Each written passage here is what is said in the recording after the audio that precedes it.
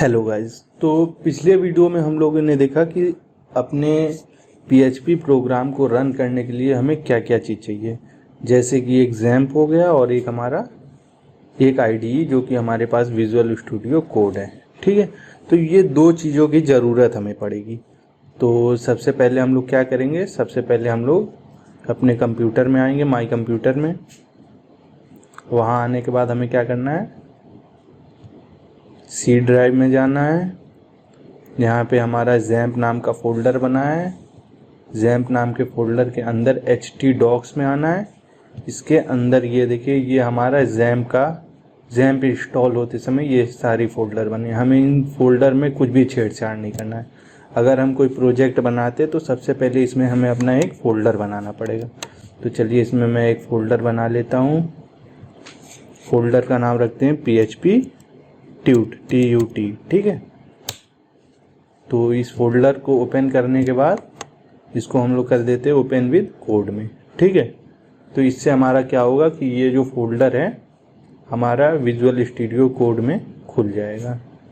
तो ये खुल रहा है, यहाँ देखिए ये हमारा जो फोल्डर है वो यहाँ खुल गया है, PHP TUT नाम का खुल गया है। ठीक है, अगर आपके में वो ऑप्शन नहीं आता तो आप यहाँ फाइल में जाके यहाँ ओपन फोल्डर कर सकते हैं। ओपन फोल्डर करने के बाद जहाँ भी होगा वो फोल्डर आप उसको सेलेक्ट करके ओपन कर सकते हैं। तो सबसे पहले PHP की फाइल बनाने के लिए हमें क्या करना होगा, एक न्यू फाइल लेना होगा। न्यू फाइल का नाम मान लीजिए हम लोग रखते हैं फर्स्ट हेलो वर्ल्ड होगा तो hello.php रखते हैं। .php इसका एक्सटेंशन है, इसलिए .php रखना पड़ेगा PHP फाइल के लिए। ठीक है, तो सबसे पहली बात तो PHP की खासियत क्या है। PHP की खासियत ये है कि हम इसे अपने प्रोग्राम में कहीं भी यूज़ कर सकते हैं। किसी बॉडी टैग के अंदर भी यूज़ कर सकते हैं, किसी पैराग्राफ टैग के अंदर भी यूज़ कर सकते हैं, कहीं भी यूज़ कर सकते हैं। तो चलिए सबसे पहले हम लोग PHP का सिंटैक्स देख लेते हैं। सिंटैक्स क्या है, angular bracket question mark PHP फिर क्वेश्चन मार्क फिर एंगुलर ब्रैकेट, ये हमारा PHP का सिंटैक्स है। ठीक है, और यहाँ पे हमारा क्या होगा, जो भी कोड हम लोगों को रन करवाना है वो हम इस एंगुलर ब्रैकेट के बीच में लिखेंगे। तो सबसे पहला प्रोग्राम जैसा होता है हेलो वर्ल्ड प्रिंट करने का, तो इसमें भी हम लोग हेलो वर्ल्ड प्रिंट करेंगे। तो प्रिंट करने के लिए PHP में फंक्शन होता है इको फंक्शन का यूज़ करके हम लोग प्रिंट करते हैं। तो लिखेंगे इको डबल कोट्स और इसके अंदर लिखेंगे हम लोग हेलो वर्ल्ड। ठीक है, उसके बाद लगाएंगे सेमीकोलन।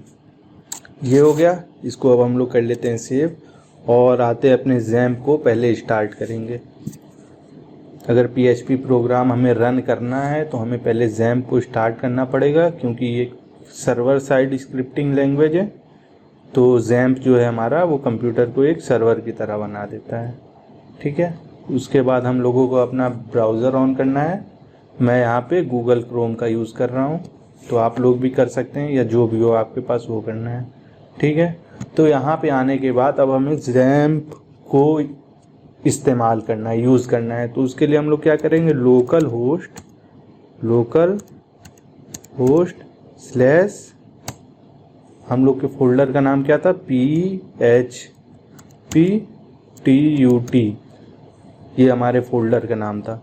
तो क्या करना है हम लोगों को, local host slash your folder name, जो अभी हम लोगों ने बनाया, अभी हम लोगों ने क्या बनाया, PHP TUT बनाया है। ठीक है, इसको एंटर करते हैं तो यहाँ देखिए ये हमारा hello.php आ गया, जो अभी हम लोगों ने फाइल बनाया था hello.php, वो हमारा यहाँ पे शो कर रहा है। ठीक है, तो इसको हम लोग ओपन करके देखते हैं।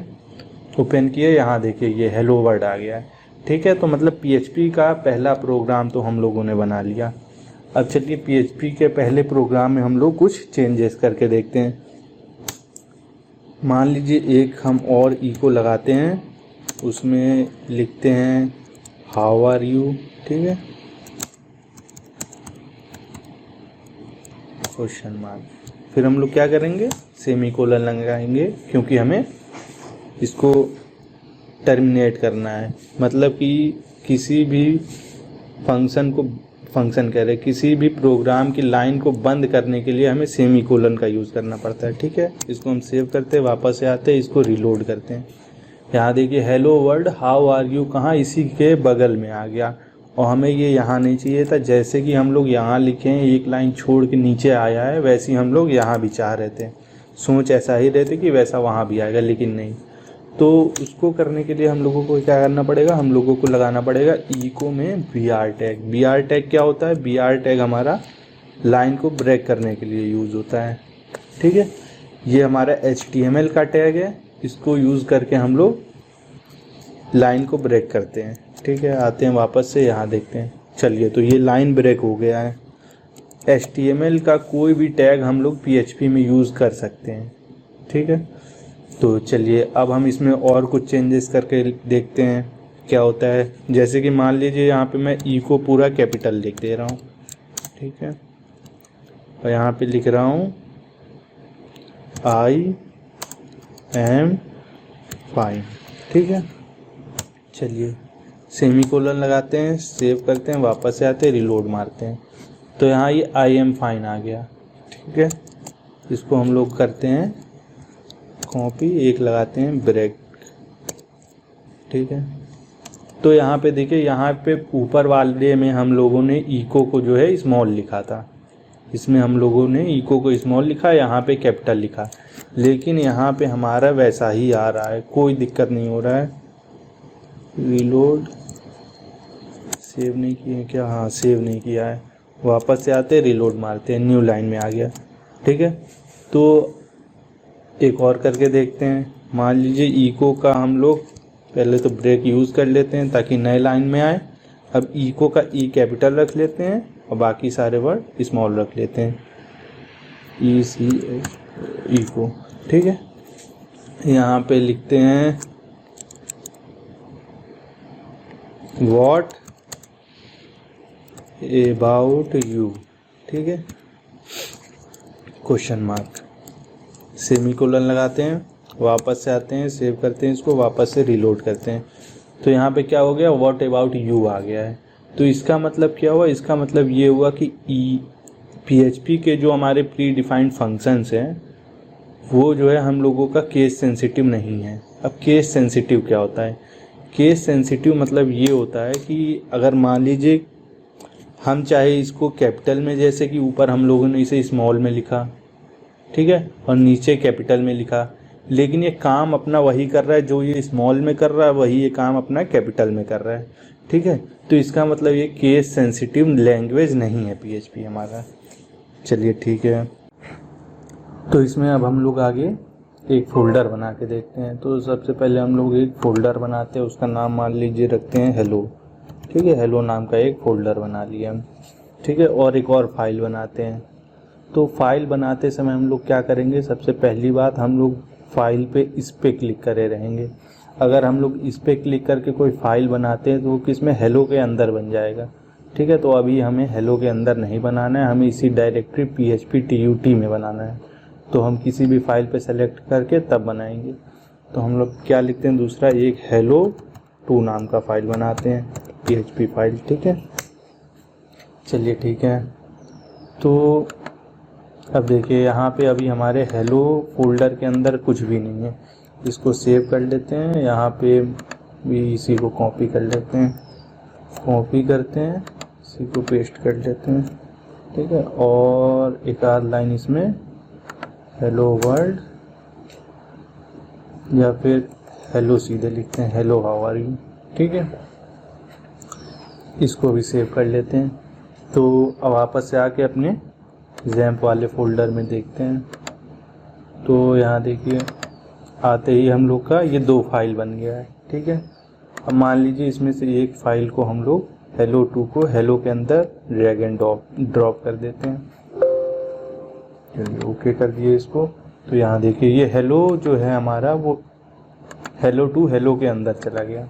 ठीक है, यहाँ पे आके देख लेते हैं, यहाँ पे भी चला गया। ठीक, अब मान लीजिए हमें हेलो फोल्डर के अंदर वाले फाइल को एक्सेस करना है, तो कैसे करेंगे। तो हम लोग अपना क्या करेंगे, जो चीज़ें हमारे पास PHP TUT तक तो हमें आना ही आना है। एंटर मारते तो यहाँ पे देखिए एक हेलो नाम का फोल्डर भी बन गया हमारे पास। तो इस फोल्डर में जाएंगे, hello2 पे आते हैं तो यहाँ देखिए hello how are you. Hello किस में हम सेकंड वाले फाइल में लिखे थे, तो ये आ गया हेलो हाउ आर यू। अब मान लीजिए यहाँ से हमें फर्स्ट वाले फाइल पे पहुँचना है, तो हम क्या करेंगे, हेलो के अंदर नहीं जाना है हमें, तो ये हेलो हम लोग हटा देंगे। इस हेलो के अंदर नहीं जाना है, hello2 फाइल का नहीं है, हेलो सिर्फ हेलो फाइल का है, PHP फाइल। एंटर मारते हैं तो पहले फाइल में आ गया। ठीक है, और इसमें हम एक और काम कर सकते हैं कि इसको हम लोग एंटर मारते हैं और इस वाले फाइल को हम लोग कर लेते हैं बुकमार्क, ताकि हमें बार बार ये चीज़ लिखना ना पड़े। लोकल होस्ट PHP TUT बार बार ना लिखना पड़े, इसलिए हम लोग इसको कर लेते हैं बुकमार्क। डन करते हैं। अब मान लीजिए आते हैं हम लोग वापस से अपने क्रोम ब्राउज़र पे, तो यहाँ ये देखिए इंडेक्स ऑफ PHP TUT ये हमारे पास है पहले से, तो इस पर क्लिक करेंगे, हम इसी वाले फाइल में आ गए। ठीक है, तो एक ये काम बहुत बढ़िया होता है, आप उसको बुकमार्क कर लीजिए तो बार बार लिखने से आप लोग बच जाएंगे। तो आज के वीडियो में बस इतना ही, फिर मिलते हैं अगले वीडियो में। Bye bye.